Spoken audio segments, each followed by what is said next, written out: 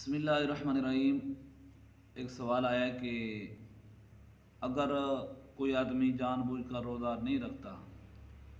तो उसको जो घर में खाना बना कर देने वाला है तो आया वो गुनहगार होगा या नहीं। तो देखें कि बग़ैर किसी शरई उज़र के रोज़ा तर्क करना, छोड़ देना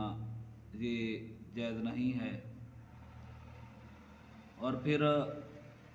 जिस तरह ये रोज़ा न रखने वाला गुनहगार होता है, इसी तरह जो है अगर इसको कोई खाना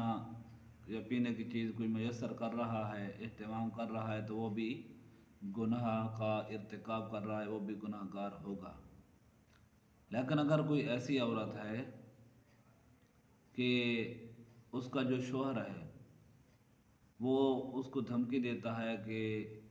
अगर आपने मेरे लिए खाना तैयार नहीं किया तो फिर आपकी जान को ख़तरा है,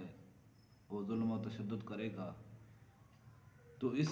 से बचने के लिए, इस जुल्म से बचने के लिए अगर कोई औरत उस अपने जो नाफरमान शौहर है जो किसी शरई उज़र के बग़ैर वो फिर भी रोज़ा नहीं रख रहा,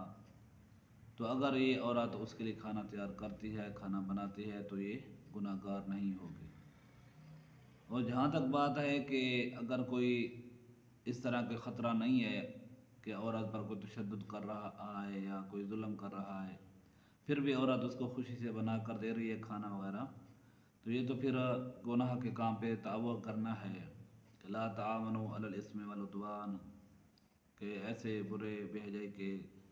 कामों में किसी की मदद नहीं करनी चाहिए। लिहाजा अगर कोई जुल्म तशद्दुद का ख़तरा है फिर औरत बनाती है तो इसमें वो औरत गुनहगार नहीं होगी।